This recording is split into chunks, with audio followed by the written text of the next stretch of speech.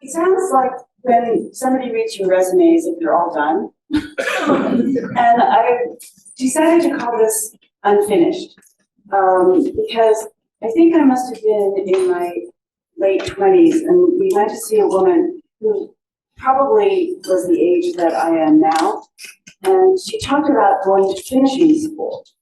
And for those of you who don't know, that was where young women were trained essentially to become young wives. But she went to finishing school, and she said, you know, I went to finishing school and I came out and I didn't feel finished. And I still don't feel finished. And I think that's actually one of the great things about practicing as an architect, that you don't feel finished. And so I'm going to talk about 3 projects, but more about the way I think we approach projects. So I guess I'm less interested in saying we did this, we did this, we did this, and more interested in saying why and why and why. So that's going to be basically the premise of this lecture. So I was first generation Chinese. My parents had come from Shanghai, and I grew up in a suburb that was essentially a kind of white suburb. And though in many ways my cultural background is totally American, all of my references, reading, history, music, art, very American, but I think my psychology is very Chinese, which means when I get angry, I get very quiet. And angrier I am, the quieter I am. But so that meant I always have felt both inside and outside at the same time. And at the same time, I'm a devout feminist. And I think that's a very important thing to be as a woman in life, but also as you enter into a profession that has traditionally been primarily run by white males. I think what's also important for me as a woman is to accept that I don't need to be like the iconic women of the past, and certainly of the present as well. That one can accept a sort of, I guess, a somewhat softer stance, which feels more comfortable to me. So I remember being in architecture school and looking at these sort of famous women architects and thinking, I could never be so tough as that. I could never be so new as that. And I'm just saying, I don't think you need to be. I think you just need to have a kind of strong basis for why you do what you do, and then that will give you, in your own way, a strong voice to talk about what you want. And so, yeah, what was the choice? Either, be like the master creator or be like the scary lady.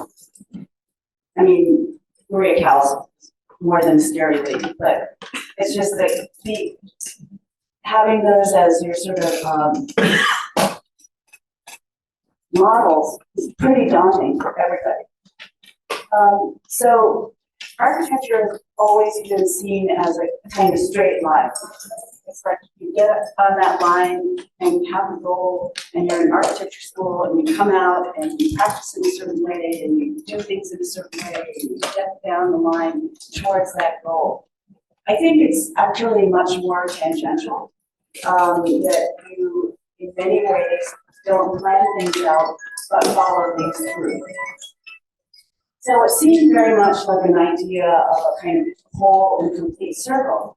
Certainly as I became a parent, suddenly fell into a little bit of chaos. And anybody who's juggled being a parent, and because you're students, this is probably not a problem, but it's not a problem. Probably not part of your life yet. I would say it's good to break that perfect circle, and it's good to stray off that road. I really believe that experience in life, all the life experience you give and live, comes back to feed your work. So I don't think it's a straight road at all. I think the more you let into that your life, the more you can understand and give to other people. Because architecture is essentially a service to other people. When you're in school, you're doing it for yourself, and of course for your teachers. So you're trying to fulfill your own vision. But when you're practicing with people, and I think one of the great, great joys of practicing with people is that you're trying to solve somebody else's problem. So I started out as an art major, and I found it very frustrating because I had to make up my own problem. And then I had to decide whether my solution was a correct solution or an incorrect solution. It all seems so subjective. But as a student in architecture, you're given a problem, and that's actually a great luxury. Because then you can use all of your creativity to think about how you're going to solve that problem in a way that is coming deeply from within you.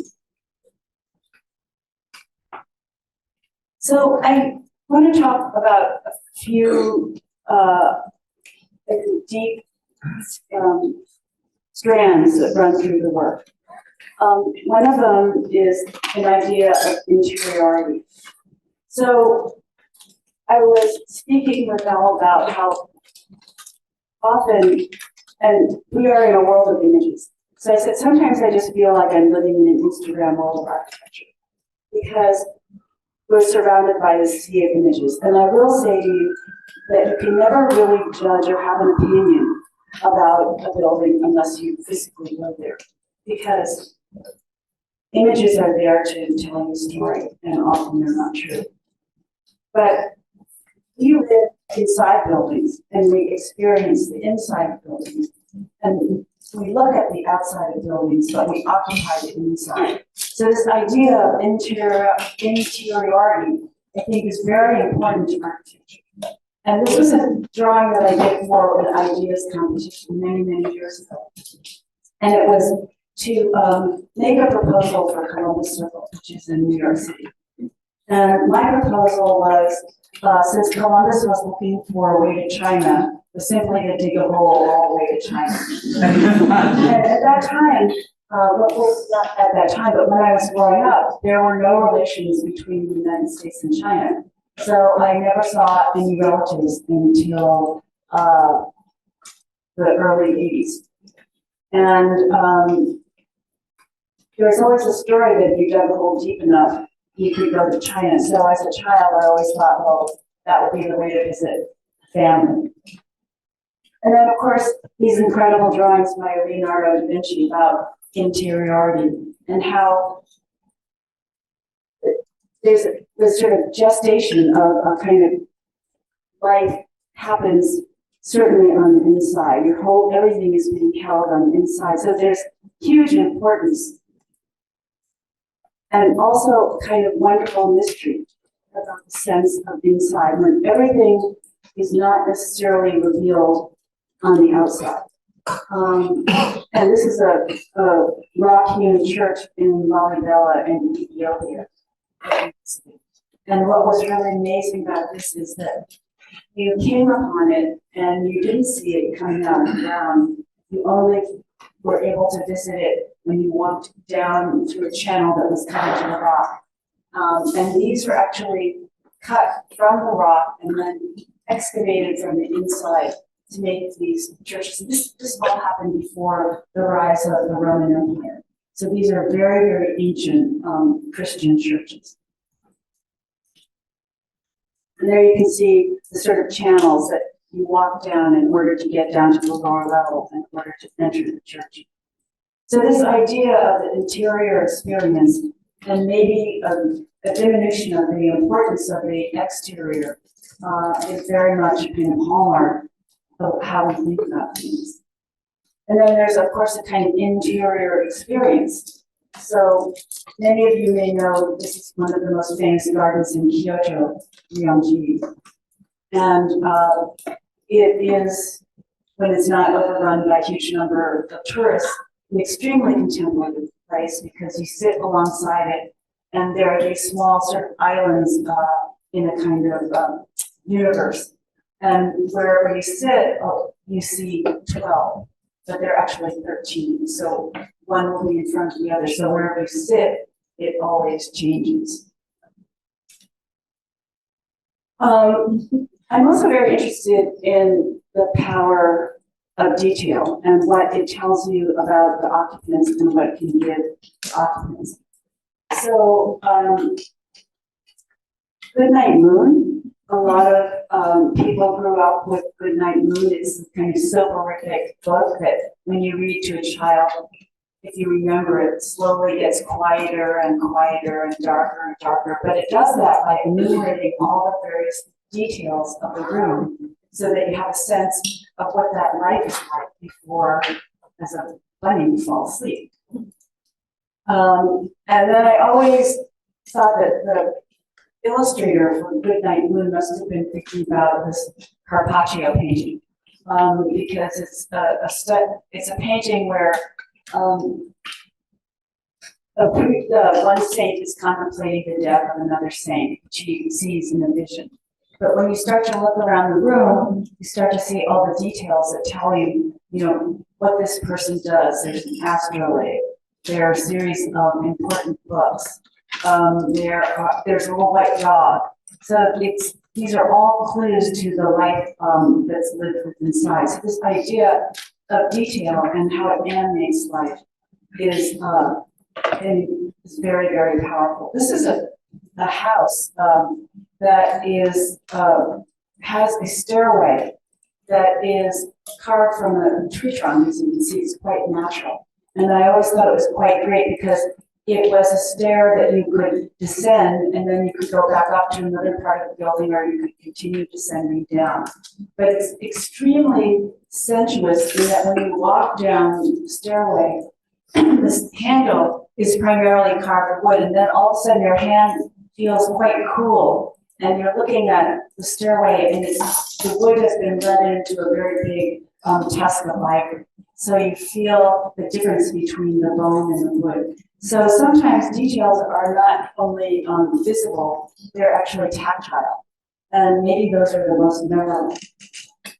And this is a very different kind of handle, much more simple, but one that's in my own apartment, and it's an iron rod which has been bent in order to give it stability and to allow it to sort of come down the stairs and make a place for hands to hold it. And it was inspired by a railing that I saw in the studio of a sculptor named Zakin in Paris. So things can be complex. Things can be almost much more like a line, but when you touch them, when you come into contact with them every day, they really, really influence your life.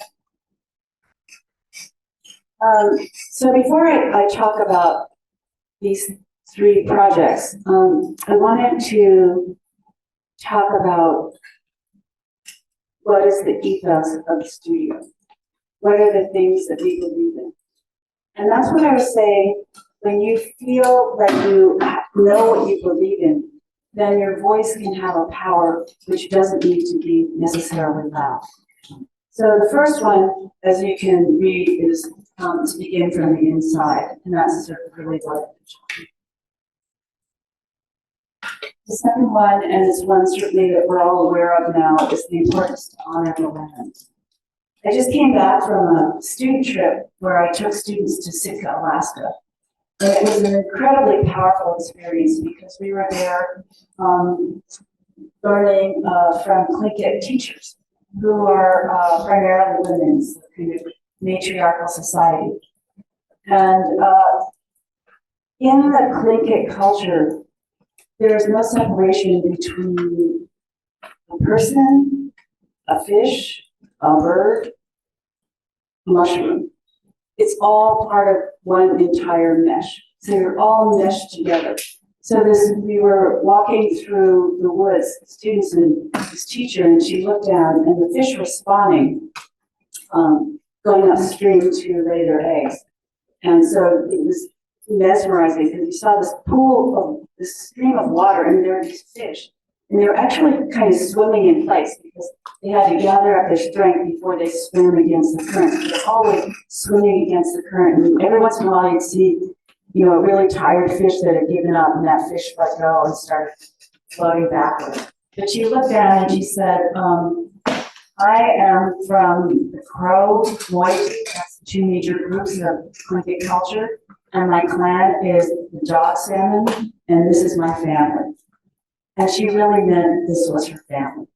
And so this sense of being intertwined, enmeshed with all kinds of life was really brought home to me during that trip. So that's part of being unfinished, because you have these amazing connections with people in your life that you need to cherish and be able to be open to. So honoring the land. And then I spoke of this to be of service. I think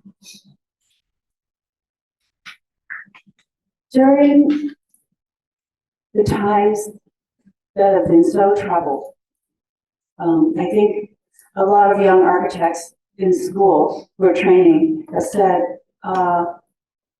you know, I want to be an activist. I'm going to be an activist. I'm not going to, you know, it's no use to sort of be making things like this, to be making buildings and spaces. I'd rather be an activist, and I'm going to put my energy and talent to that. And I said, well, actually, in your hands, what you're learning right now in architecture school is a very real form of activism. So don't throw away your skills and what you're learning. Use those skills to sort of carry through and be of service. And whether it's being of service, there are many ways of being of service, but you are learning in a very particular way, and it's a very real way, and it's a very grounded way. So I think we all need to value that as you're thinking about your architectural profession. Keep asking questions, but you know that. And I think that's one of the great things about architecture, is that it's very hard not to keep on asking questions because you're given so many problems. So those are sort of animating beliefs. And I think we all need to sort of decide what are our own animating beliefs. And I'm really just going to talk about 3 projects. One is sort of quite small, one is medium-sized, and the other one is the Obama Center, which is quite large. And this first one was at the McDowell Colony, which was a residency program for writers and artists, architects, creative people in New Hampshire. And at this residency program, you come together for dinners, but during the day, you're sitting in your own studio and doing whatever kind of work you do. And so it lasts, you know, anywhere from a couple of weeks to, I think, several months.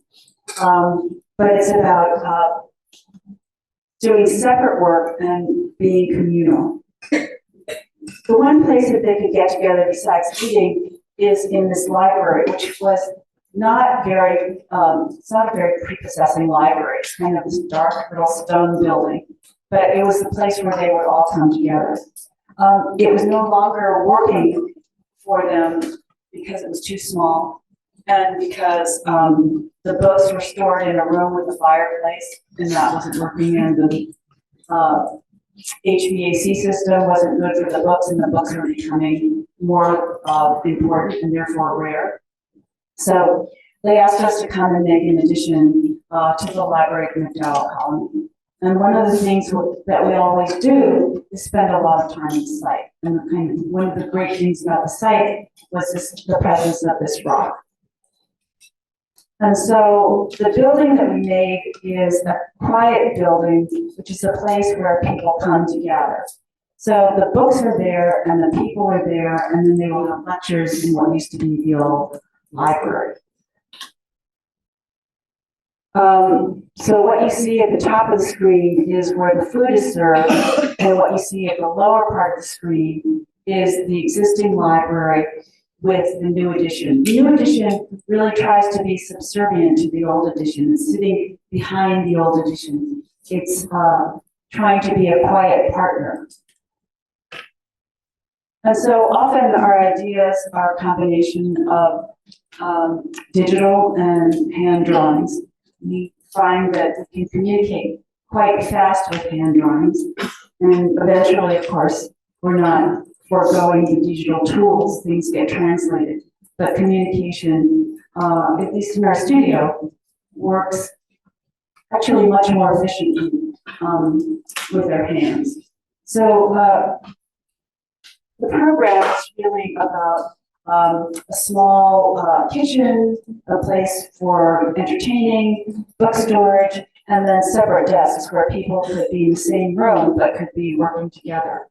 And it was always gathered around the rock. The rock was central. You can see here, it's a quite small building. It's probably no more than 2,500 square feet. And it's trying to deflect, even as the small existing library has a very strong symmetrical presence. It's trying to sort of deflect itself to that library in the rock. And with the rock, we decided to make a fireplace because it is about making a connection between two buildings, but also thinking about the land. So the land around this empty space is the equivalent importance to the occupied space of the buildings. This is the linking space between the old library and the new library. And we used granite from a local quarry. And so what enters the old library in order to pass through to the new library, and then to make this space outside and to work in a composition with the rock is this very large fireplace, which is an outdoor gathering space for members of the colony.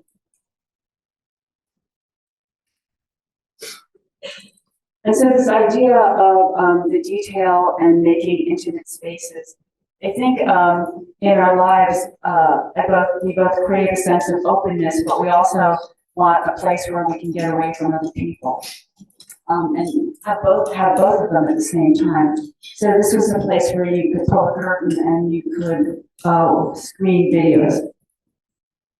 And here are the desks that look out to the outside that are part of a communal space, but also part of the library.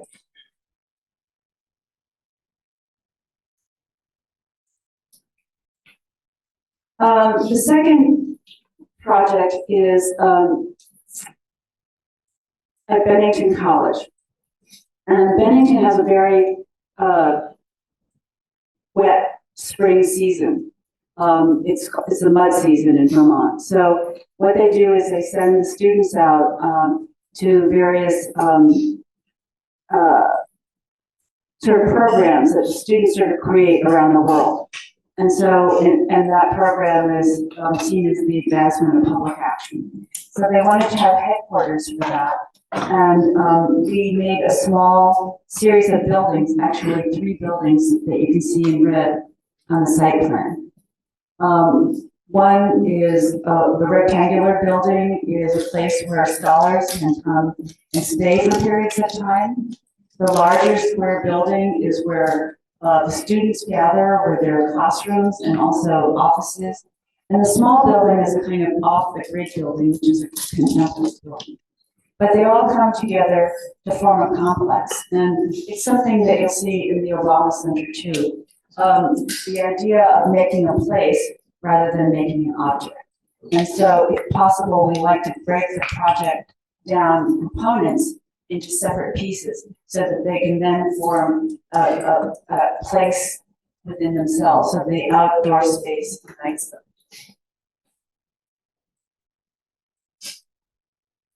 So they're quite simple in their form. And I think that we have, and it's interesting to think where the work goes. We have become, in terms of form making, more and more simple. I think it has a lot to do with focusing on the inside, with an efficient use of space, and also with the ability of those forms to work, simple forms to work with other simple forms to form an outside place.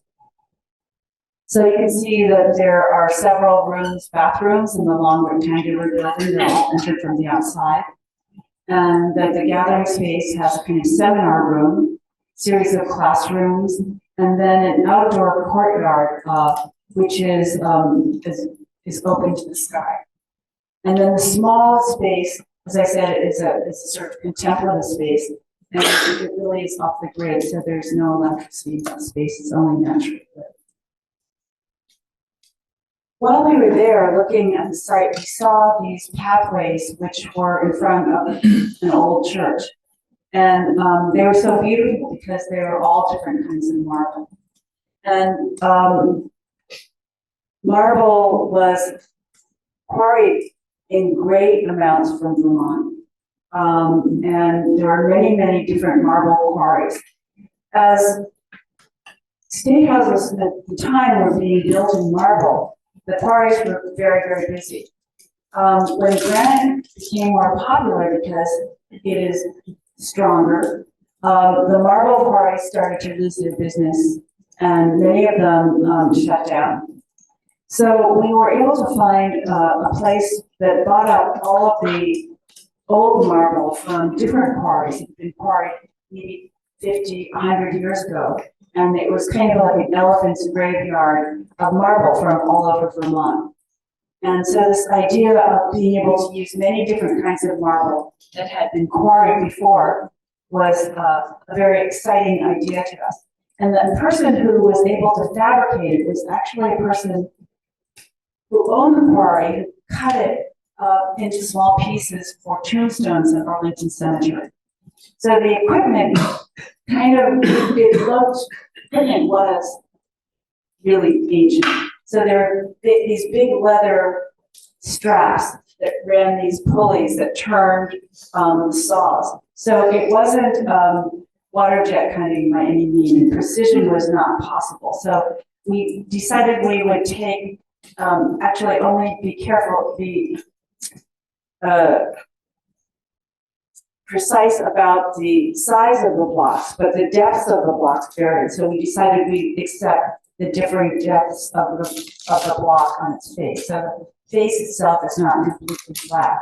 But because the building was so simple in its facades, the contractor was able to lay out all the stones of the quarries on the floor of a warehouse, which allowed him to look at the types of stones, because we didn't want, a splotch of green stone on one side and then a splotch of gray stone on the other side. So those stones could be moved around so that it was a distributed variation of the stone. And it also allowed the stone to dry off so that it could be set more efficiently. So these buildings are all have the same horizontal line for the roof, but they sort of rise and fall with the topography. And this is a courtyard that unites all three buildings. And this is a model and early sketches of the central courtyard, because we wanted there to be an outdoor space, but a space that was private. So the glass is a frosted glass. And then that both protects the privacy of people who decide to sit outside, but also actually acts as a kind of giant light bulb for people that are inside the space.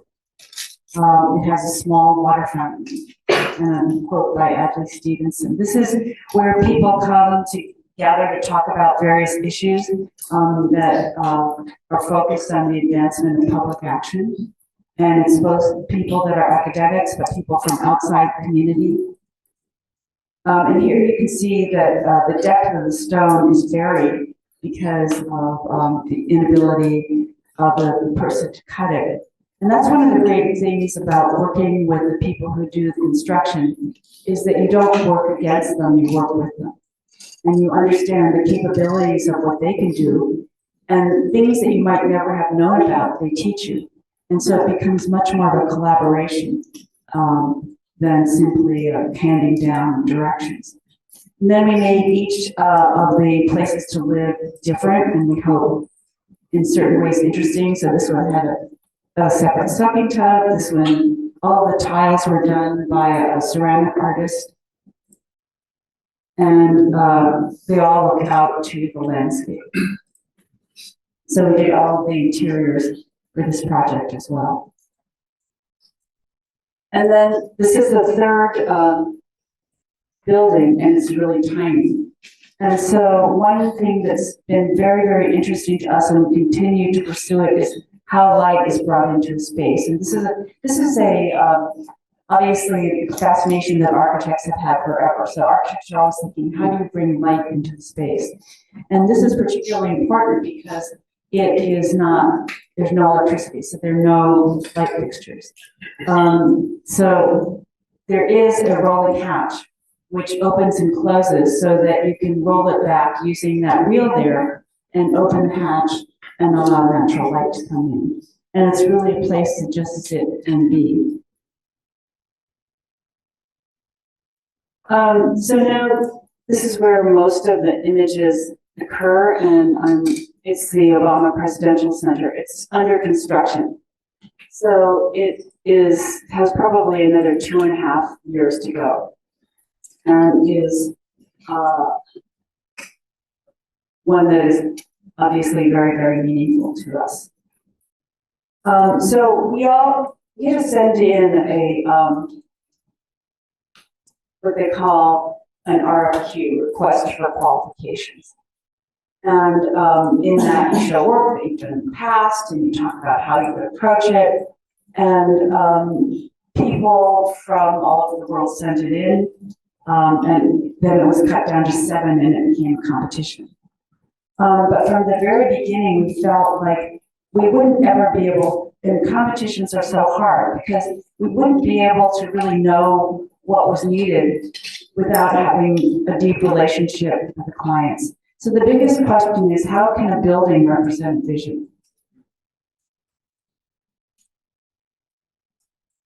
And so we came up with these 2 words, enable and ennoble, because we thought that those 2 words were very much a part of the legacy and also what he wants to be the future of the Obama Foundation.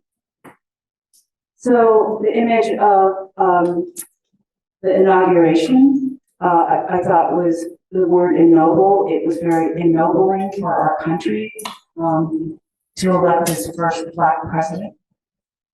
And at the same time, what they want to do at the Obama Center and what he dedicated his life to is to enable people. And so here he is as a very young person in Chicago organizing. So it was interesting because people came in with very, very complex models, and we came in with these images which tried to talk about an idea. Because we said presidential libraries have always been about storytelling. It's like, I did this, I did this, I did this, this happened, this happened, this happened. But I think the reason it's not called a presidential library, but a presidential center, is because they are very concerned with story making. So they want people, young people, old people, people from all over the world, people from down the street, to come and learn how to be better civically engaged so that you can make things happen in your own communities, in your own world. And so rather than making a singular building, we once again went to this idea of making a campus, making it a plural building, making it more than a single thing. So I'm going to sort of go through these images fairly quickly because there were 2 sites, and we had to make proposals for each site. And this is for students who are trying to develop an idea because you come up with some really bad ideas. So I'm going to show you a series of not so good ideas that were part of our competition. Of course, at the time we thought they were brilliant ideas, but we came to see they were not such good ideas. The first thing is we made this gigantic model that showed the 2 parks, and here are the 2 amazing women that put it together. And then we focused on this one park. This is Jackson Park. So it is a park that is on the south side of Chicago. It's just south of the University of Chicago campus. And it's adjacent to Lagoon, which is adjacent to Lake Michigan. And so we had this idea of a campus. We had this idea that at that time we thought that there would be an actual library of books. It turns out they decided not to have a library of books because he is a digital, or papers, because was the first digital president. So a lot of the stuff was digital, so it wasn't going to be papers stored in bankers' boxes in the dark. It's already, so much of it has been digitized. And then we had this idea of bringing light in, which was thinking back to what we did at Bennington College. But the buildings were quite low, and we had this idea that these are people from our office. So we brought these Obama t-shirts and we made them, we took photographs of them and we put people from our office as sort of guides showing people around the Obama Center. But it was a kind of space that was trying to be quiet in the land and also make a connection to the land. So we said, well, one very big door could open out and you could look out onto a hill that would be created by burying the library underground. And Chicago, which is very flat, you could create a parkland and you could actually have a sliding hill where in the wintertime you could sled down the hill from the Obama Center. And then this was going to be a special building where convocations could come together. And we thought this was our sort of our major sort of focus building. And they said, okay, well, during a first presentation, you might think about making the building more iconic, a little on the sleepy side. But okay, I don't actually believe that you can make something iconic. I don't think that's a good place to start out. I think buildings become iconic on their own. They sort of develop as an icon. But it's very hard to be asked to develop an icon. So we're trying to think, what are the images? There's the beacon that brings light from our studio. There are many hands coming together. So what you see, that little chunky box there, that was our idea of beacon and many hands coming together. And then we sort of laid out this plan, which still stays pretty much the same, where there's a public library, a building that is open as a forum to all people. It's a public building, and then the museum, and a plaza which holds it all together. The park, working with Michael Van Valkenburg, is brought up over the top of our building. So from the water side, you can see only one tall building, and the other buildings are covered with parkland. Underground, all of the buildings are connected, and so there are classrooms and offices on the lower level. Above ground, there's a public library on far side, which is the Chicago Public Library. There's the central building, which is as I said, a public building. And then there is what has become from the chunky building, a tower. And we realized at a certain point that it was important to make something that felt taller and more powerful, because for many people who would be coming when the building opens and also for the foreseeable future, it needs to be a place that represents the power of the legacy. So trying to be quiet in the landscape wasn't answering one of the needs of the foundation, but it still stayed quite short for a long time. And here you can see in this rendering the park coming over the top. The lower level is lit. There are only 2 levels in the low building, the lower level and the ground level. And there are 5 courtyards that bring natural light down to the lower level. So they said, this still doesn't look so right. And so then this is not also how we usually work. We tried to make a bunch of models and we tried to organize them and give them names. Obviously, you can tell why they got these names, but we tried to make variations. So we came up with a huge number of variations and presented them all. And in the end, I think the desire was to go with something that felt in its own way more like a beacon, was more vertical, and also talked about a sort of message. One of the things President Obama said is he liked Brancusi. And so he was thinking about a building that felt somewhat more elemental and maybe less like a building. And for better or worse, he would sketch on top of our drawings. But you can see it's quite a compact building, and the section changes a lot. And then we are back at the top floor, which we call Sky Room, which is actually a room that has no, it's free, there's no admission. So only the museum is by paid admission. So working on the model, we were interested in stone, and we ended up using the stone which is coming from Western Massachusetts, it's a granite. And we went to look at a number of different kinds of stone and tried to choose a stone that had a lot of interesting markings in it. But as the quarriers cut it out of the ground, they also start to look at those places where the interesting markings also mean potential areas of stone failure. So it was coming together of engineering, the beauty of the stone, and an actual visit to the quarry. So this is a stone when it's laid up. There's two different levels of sort of pattern. There's one which is, you can see, much more varied, and another one which is quieter. They come from the same quarry, so it depends on where you're cutting it. But what we liked was it turns a very different color when it's wet. So we wanted this sense of changeability with the stone. And then we tried to think about how do we make texture on the stone. And so this is a drone shot of bars of the same stone which are being applied to the outside. And we also worked with people who would hand chisel the stones, because we didn't want them to look machined. And then, this is once again from Ethiopia.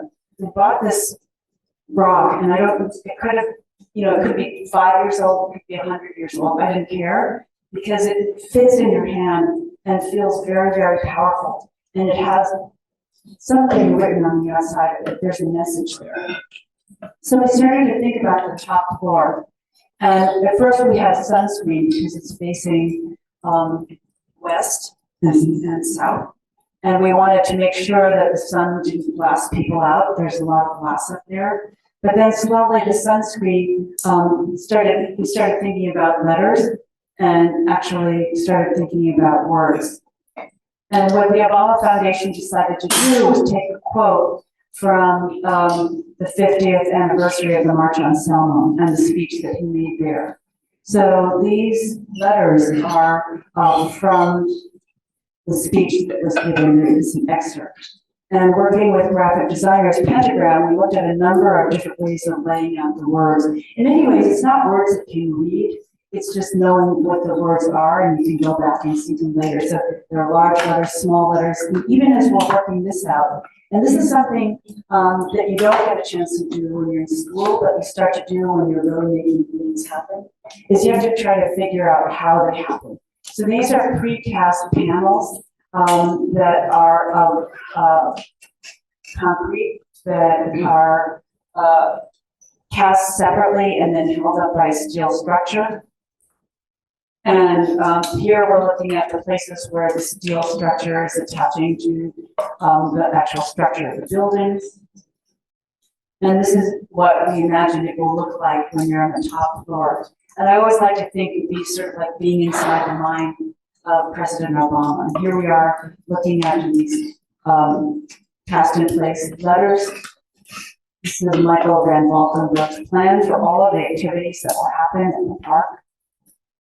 And then underground parking comes back, is covered, and that's what's creating the topography that we imagine would happen in our first submission. So the building's taller now. When this is looking north, you'll see it start to be against the skyline of Chicago. And at the same time, we wanted to feel intimate and have a very personal scale. We're doing all of the interiors, so we're working with a number of artists and craftspeople to make special pieces. And this is starting to look into one of those courtyards that brings light down to a lower level. This is the Chicago Public Library. So it's its own separate branch because they would like people from the neighborhood to feel comfortable and want to use the building. And I think in many ways, he remains a public figure, but it's not so much about him as a public figure, but most important are the programs that will start to come out of it. So we are really there to make containers for the program.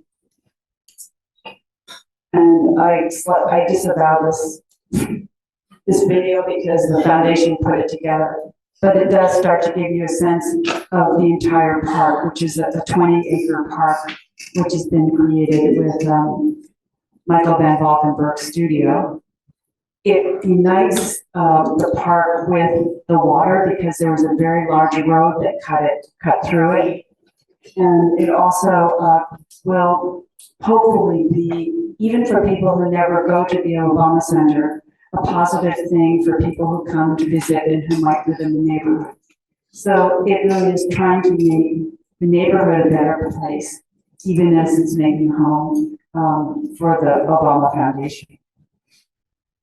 So the final 2 slides, once this thing starts stops doing this thing. We don't believe in these, by the way.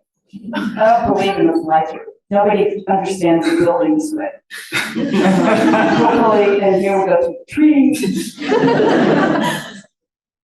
And we're back down on the ground. So once again, I want to remind students about the exterior and the interior. The exterior, this was a collage I did many years ago in Rome from garbage that's found in the streets. But the exterior is important, but it's the interior, it's the blood orange line that is the soul of the building. And finally, there's the exterior of the hand, but there's the structure of the hand. And they come together, and they both are what animates life. It animates human beings. You need both. It animates architecture, and in the end, helps us to provide a place for other people to live their lives, other people to grow their lives. And for me, that's, I think, the way I want to imagine that I can keep on being unfinished, because I'm always searching for ways to make places for other people to live their lives. So thank you very much.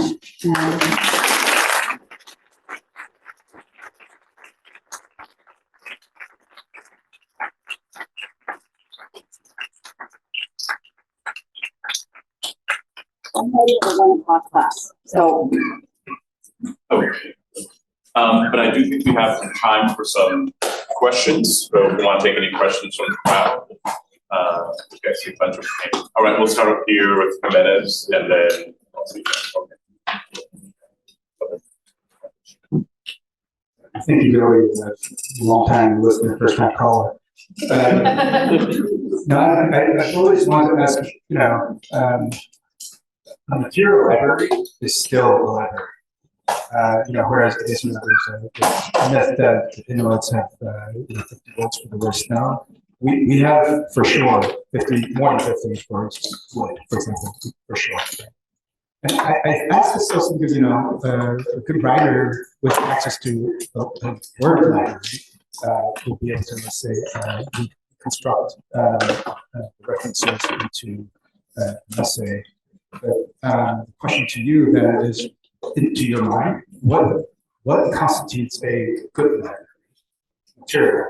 Like, what do you look for? You look for a good material library, and this is maybe more crucial today because whenever students make renders, the digital render where they do bitmaps, that's still a material library.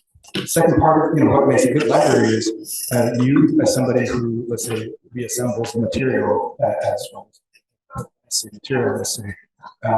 What are some of the governing principles from which you make decisions when you put material back together?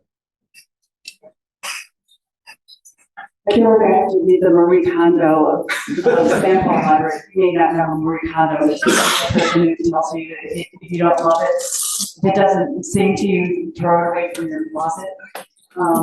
So we don't go out and just collect interesting materials. Every time we make a material pile, it has to do with a particular project, and that has to do with a particular place.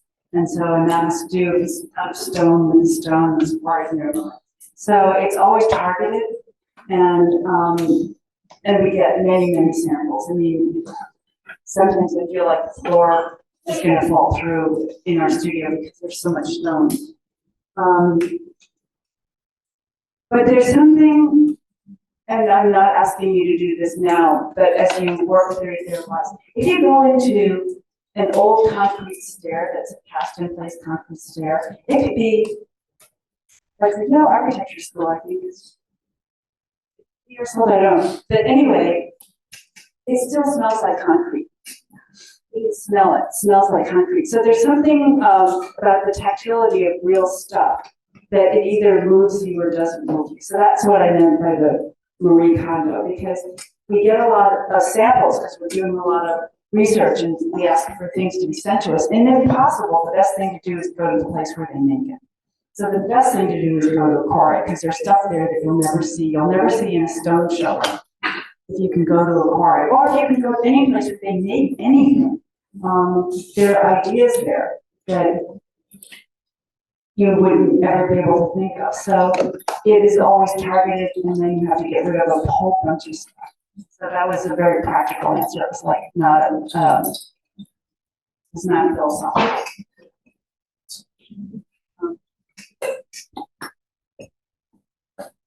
Here. So you talk a lot about like respecting the land that a project sits on.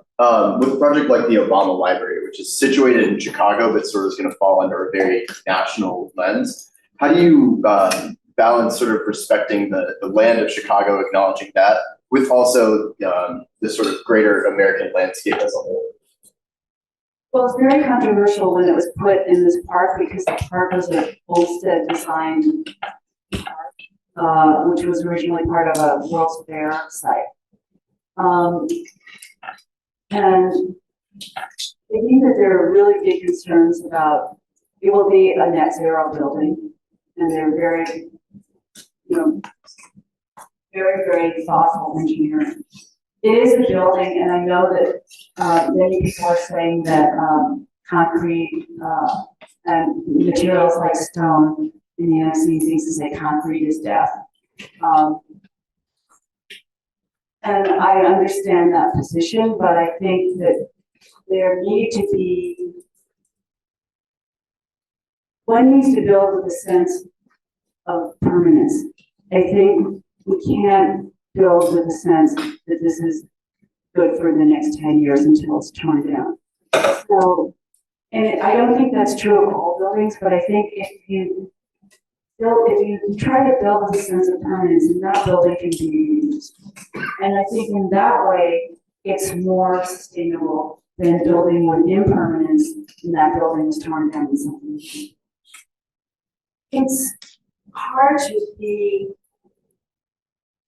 ever totally pure or clear, but I think if you follow through and deeply believe in your intentions, then that's the only road I know how to travel. I think we have this young lady right here, and then I think I saw Wendy's hand next. Do you want to yell it? I'll yell it. So my experience of your work is that you create places that are very peaceful. And I wanted to know what are the key ingredients you use to create that type of space, so that you can hear it in your own tone of voice, that like you exude this meditative, peaceful nature, and I see that in your buildings as well. So what are those elements that create spaces that feel so deep?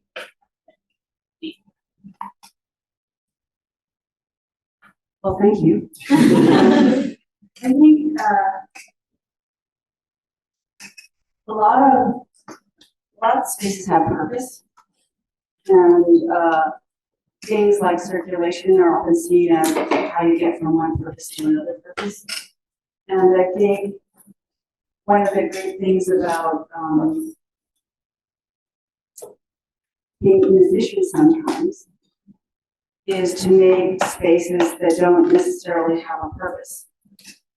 And one could also say that it could be part of a circulation system, you go over here and there, but you make that circulation system a place, and it doesn't really have a purpose, but it might have a place where you can sit and look out a window and only one person. So I think it's about it's not necessarily about adding new elements like meditation chamber, but it's like using the space that you have to have anyway, but making it special, not just making it thing that you walk down to when you get to the hallway.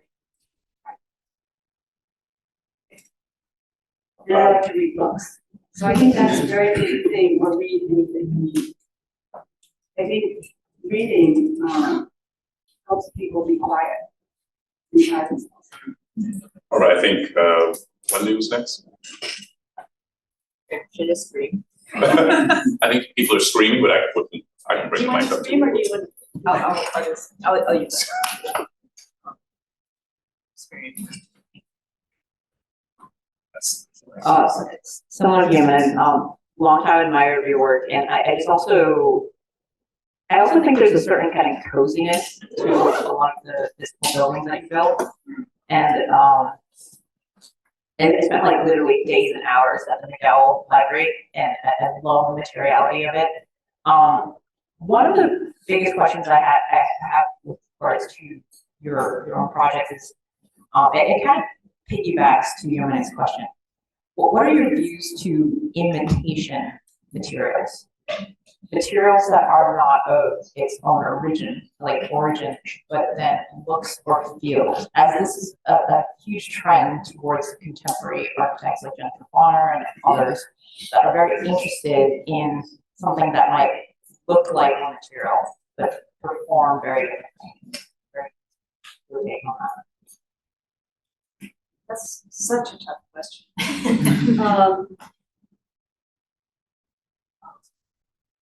Of course, it's easier to love natural materials. At the same time, I don't want to be sort of doctrinaire and rule out materials. I think that I want to be open to see what people can make and do. That said, I haven't seen a 3D printed house that I like yet. But I'm willing to look at it and see if that can happen. I mean, to be honest, my first major response is I like natural materials. But I also know that I can't do that. It's part of being unfinished. So, but I would say that those materials that are new, they have to prove themselves to me in terms of beauty and being long-lasting. And it does feel very dispiriting when they're being used to take a shortcut. Do people have to go to class? If at some point, we said hit no more questions. Do we have any more questions? All right.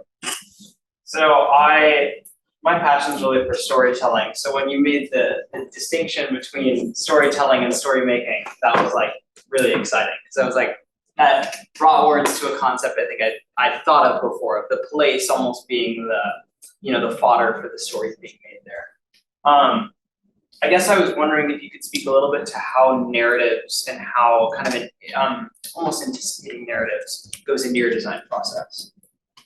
A lot.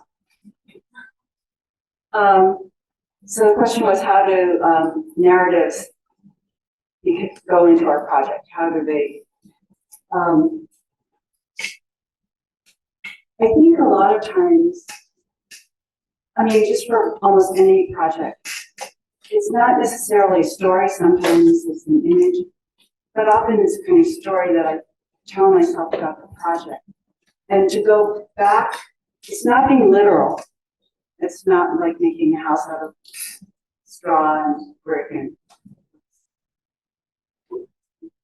anyway, it's not literally a story where you trying to interpret the story, but it's a kind of touchstone.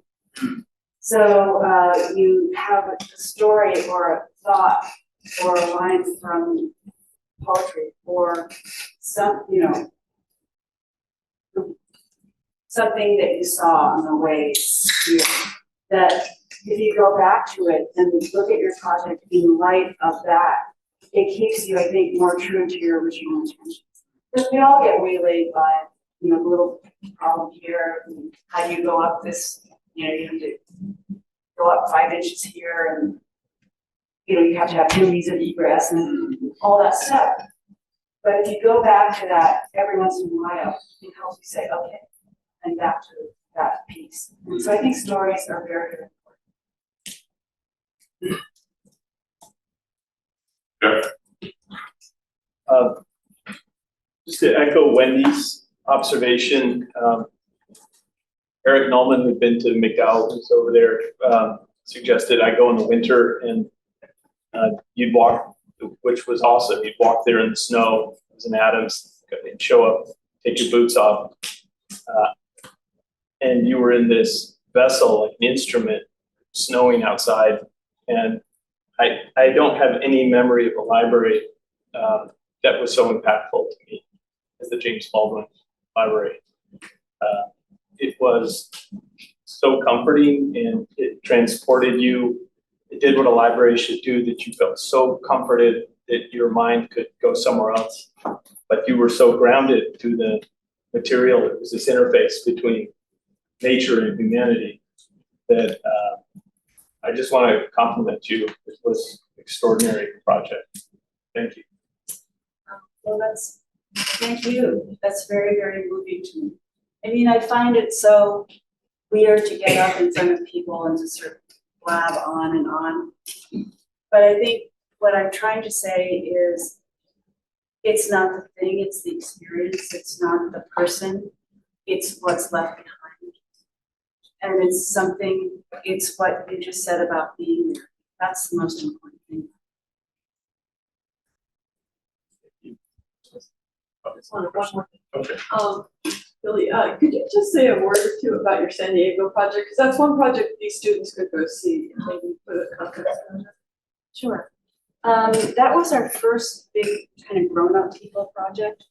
And because we started out in New York doing a lot of interiors and kitchens and bathrooms, and Annie and Rick were there, they know. So we did a lot, but what that taught us is, I guess, the interiority and the insides, and how big, how high is the counter, how deep is it, how far above is the countertop, is the cabinet above, how big is a table is too big. I mean, I have students that draw a table in a conference room and I say, how big is that table? And it's like, oh, the table is 15 by 30. It's like, that's not a table, that's a studio apartment in New York City. So that sense of interiority was very important to us, but we hadn't done building in a site that was real building.